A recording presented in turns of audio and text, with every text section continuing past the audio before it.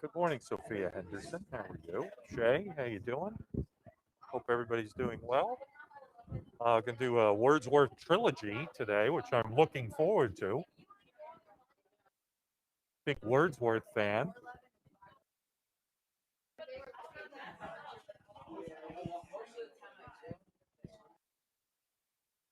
Kind of got a little more conservative.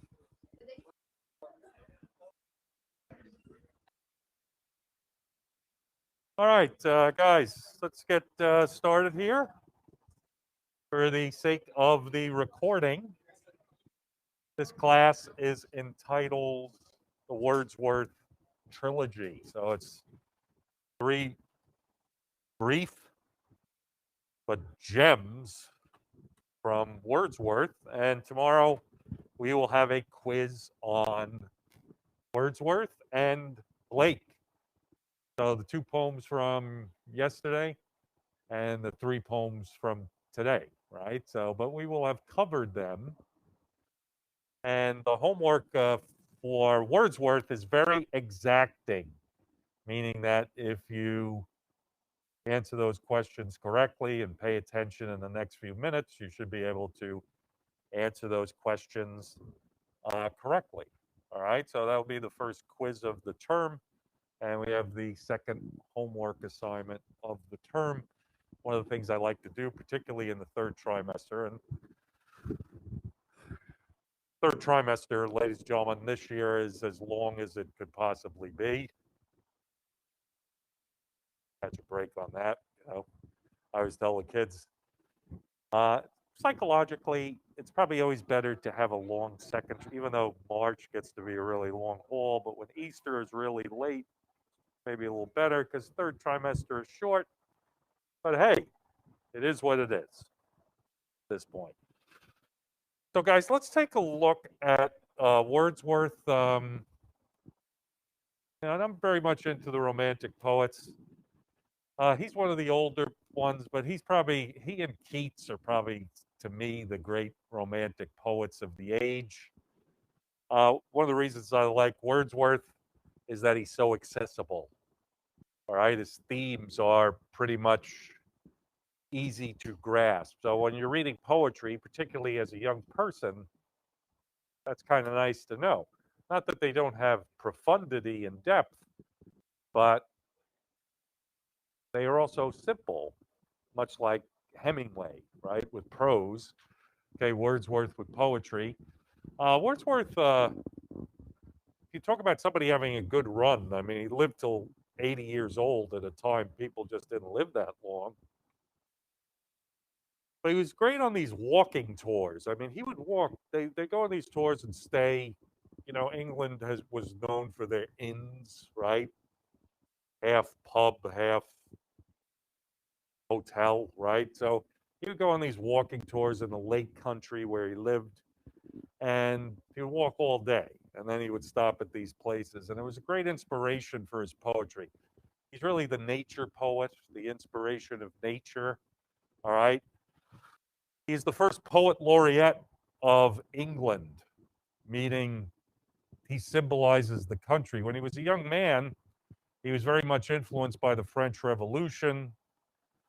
He would almost be like a 1960s American radical. And like many people, as he got older, he got more conservative in his thinking, probably more of an establishment figure.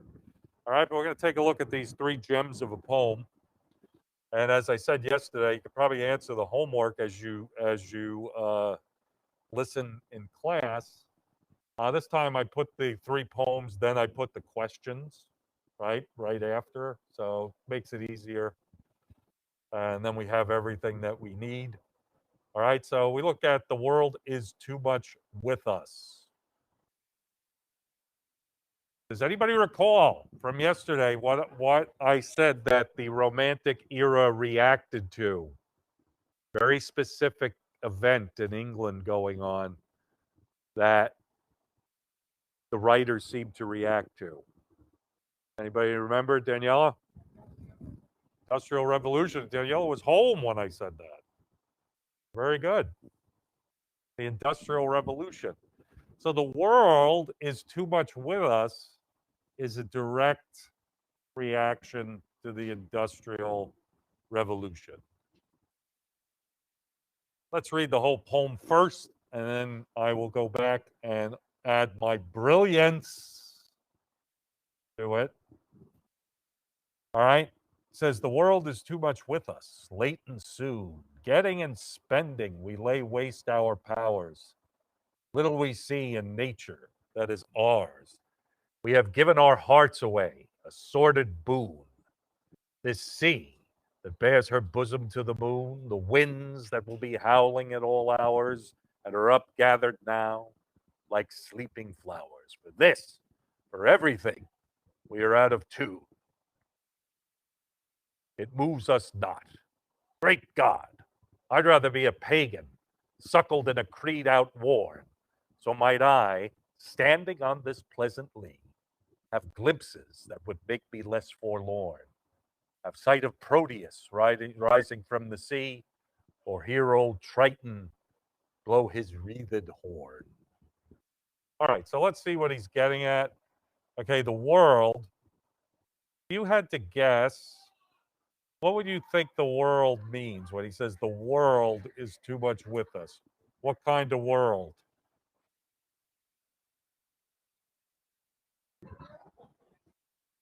Na, na, na, na, na, na, na, na, na, na, na, na.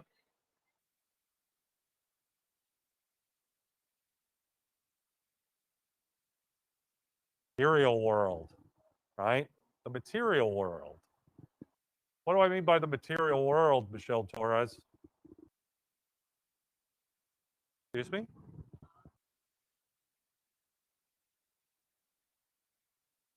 Think of it. Material world. What do I mean by that? Ryan?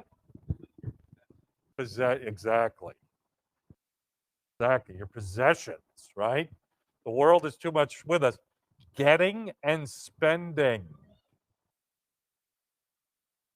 As you guys know, best thing that ever happened to me was from an old boss. I had inherited money out of nowhere, not a ton of money, but when I was young, I had debt, credit debt. And with that inheritance, so I'm going to pay off this debt. So he's talking about getting and spending. That's all we do, right? Little we see in nature that is ours. Why don't we see? I love that. Little we see in nature that is ours. We have given our hearts away, a sordid boon. Sordid, meaning messy, right? Nature is just what nature is what it is. Just happens, right? It's beautiful. Now these are several things that he says we don't appreciate. The sea that bears her bosom to the moon, the winds that will be howling at all hours and are up gathered now like sleeping flowers. For this, for everything, we are out of tune. It moves us not. So we don't appreciate the sea. We don't appreciate the moon. We don't appreciate the winds. So what is he talking about? Possibly going right through the homework here. Going right through the homework, Samantha. Three things, right?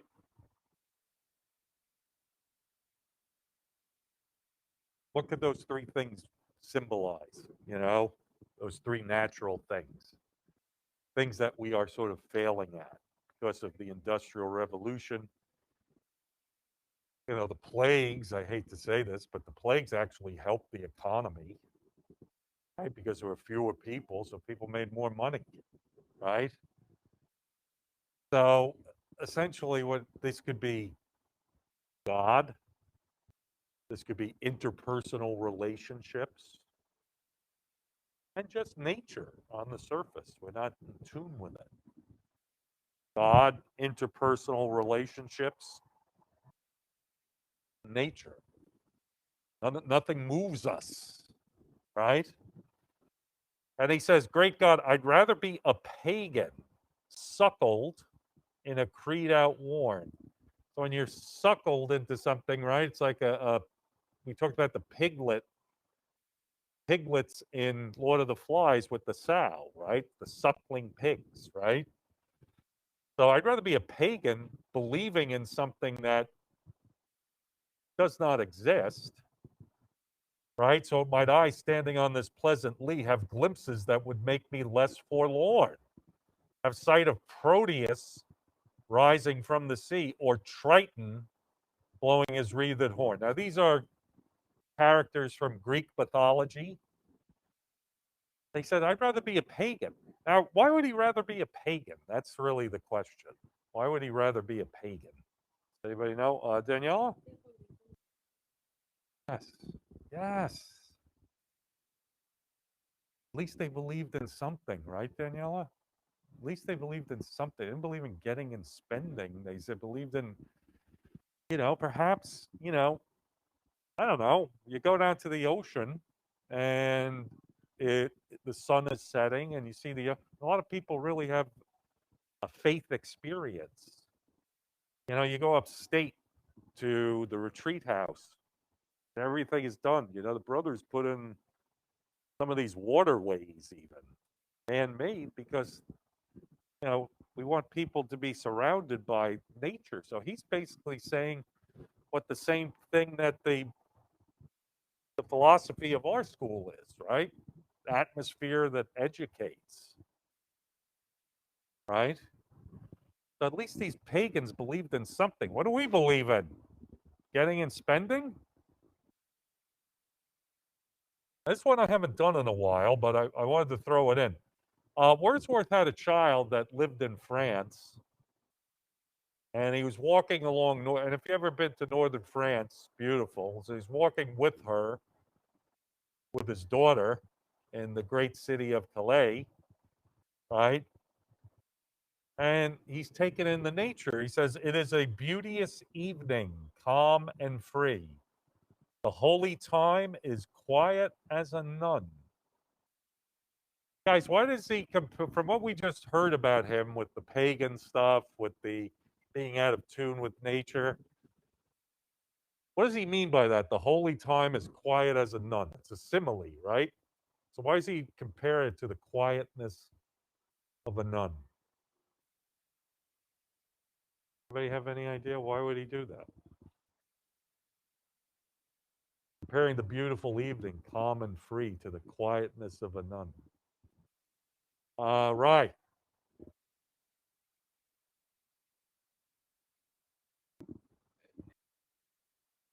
Exactly right. It's as spiritual as a nun in prayer, right? You really look at it, you really let yourself absorb it, as spiritual as a nun in prayer. A lot of times I get that, guys, in I remember being in the Gettysburg Cemetery, in the Battle of Gettysburg, the cemetery. It's like it was dusk. I thought of Thomas Gray. It was beautiful. I was like, wow, really feel something. So that's what he says. He compares the beauty, appreciating the beauty of the night, to a nun in prayer. All right. Breathless with adoration, the broad sun is sinking down in its tranquility. The gentleness of heaven broods o'er the sea. Listen, mighty being is awake, and doth with his eternal motion make a sound like thunder, everlastingly. All right, now, guys, who's the mighty being? Who is the mighty being? All right, God, yeah. He makes a sound like thunder. So you hear a little thunder rolling in. It's sometimes beautiful in the summer, as long as I have coverage. I'm on my porch. I got one of those To Kill a Mockingbird porches. So as long as I'm there, it's fine. But the weather could just change. And he says, I could hear the thunder. It's like God is awake making that sound. And then all of a sudden the theme changes. not the theme, but the pace of the poem, the rhyme scheme and such. And he says, Dear child, dear girl, that walkest with me here, if thou appear untouched by solemn thought, thy nature is not therefore less divine. Thou liest in Abraham's bosom all the year, and worshipped at the temple's inner shrine, God being with thee when we know it not. All right. So a couple of things in the, it's almost like here's the problem. It's like a Petrarchan sonnet, right? The first 8 lines of the problem. Here's the solution.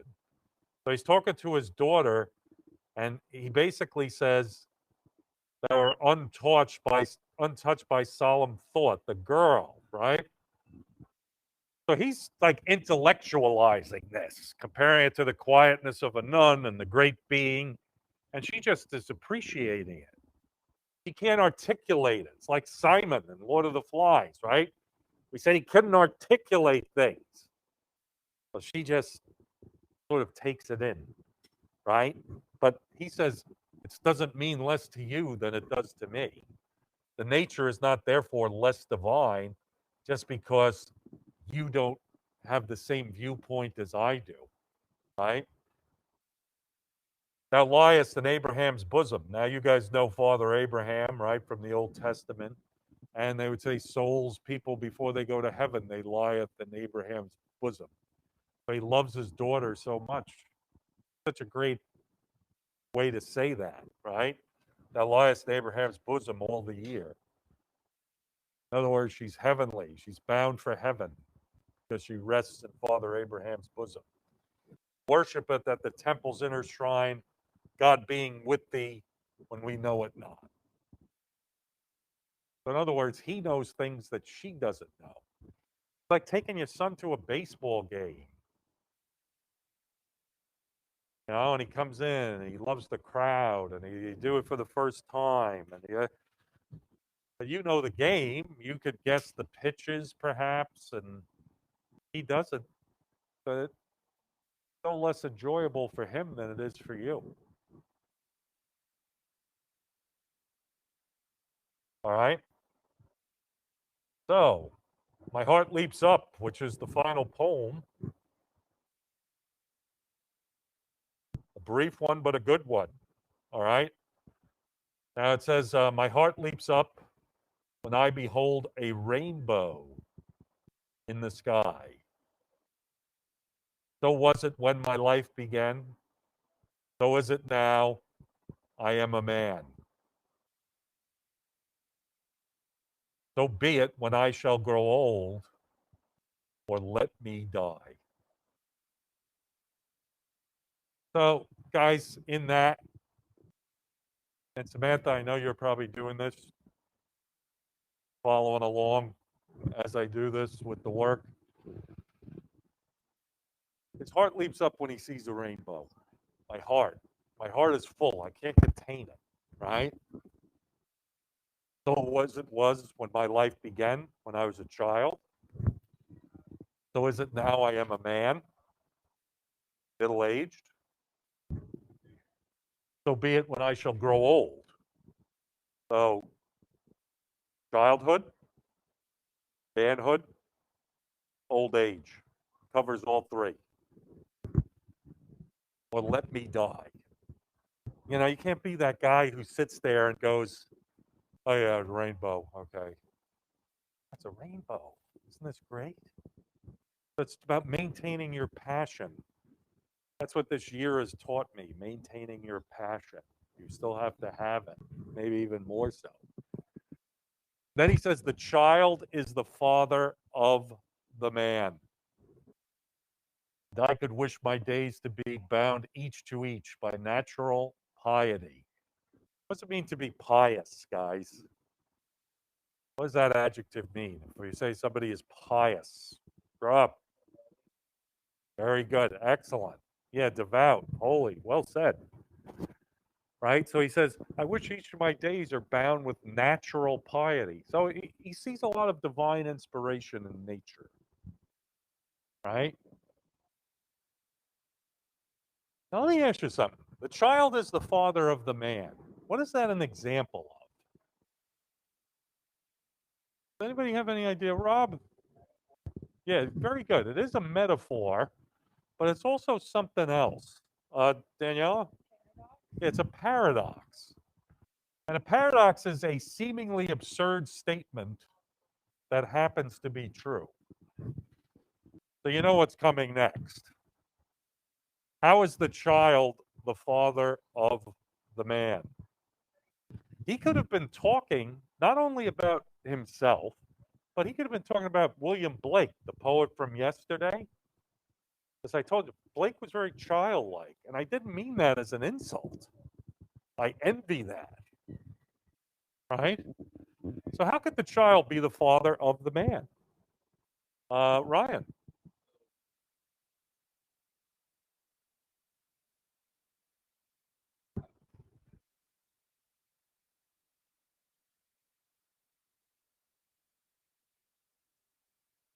Yes, but I think he is talking about the child who becomes a father. So he says the child is the father of the man. So he's talking about one person.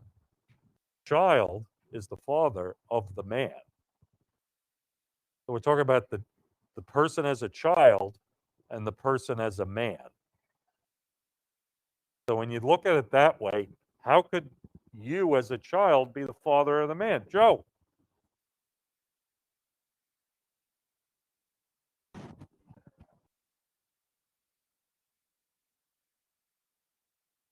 Yeah, it's that's why it's a paradigm. It's hard. You know, it's like, well, what am I asking you? It's the child is the father of the man. The child sees things first, right? When do we see things first as a child, right? And we're a man later in life, unless we're Brad Pitt and Benjamin Button, right? They become like a 90-year-old baby or something.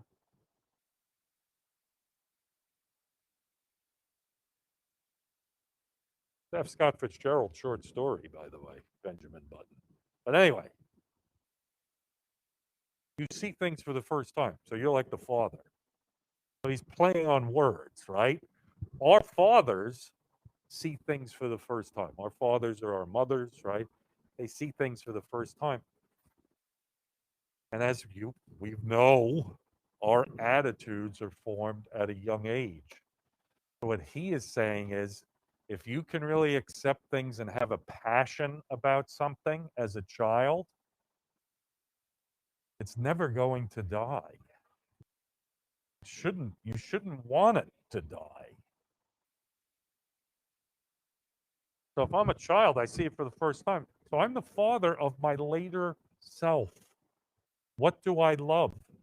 I always say that to kids, and they would talk about movies, or we used to talk about movies and stuff, and I would say, no, I don't like that, but that's okay. I'm glad you really like that. I have nothing again. I really appreciate that. Say it to the kids in the play. Certain musicals are really different. I said, no, I could see why you would say that, but you know, I look at it a different way, right?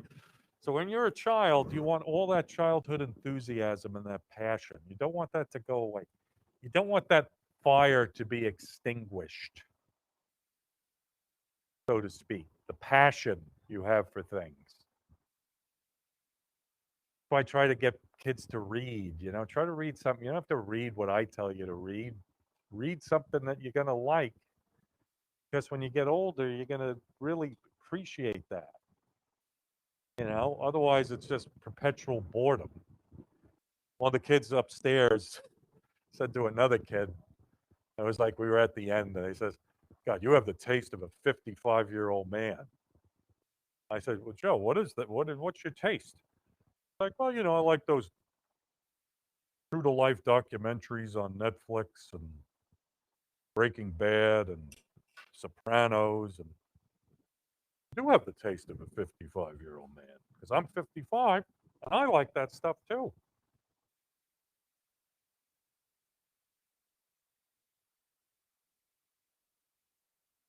All right. So you get it. Now, if you're paying attention, you're doing the homework, which is great. Big thing is I want everybody to have 100 homework average this term. For some reason, I always think in the third trimester, the homework counts more than ever before. So that's that. Those are those three.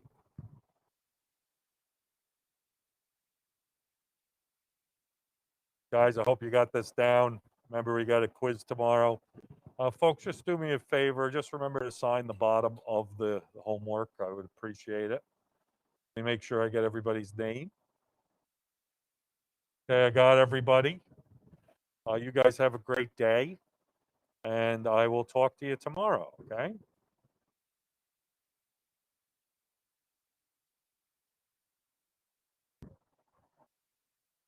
I started late.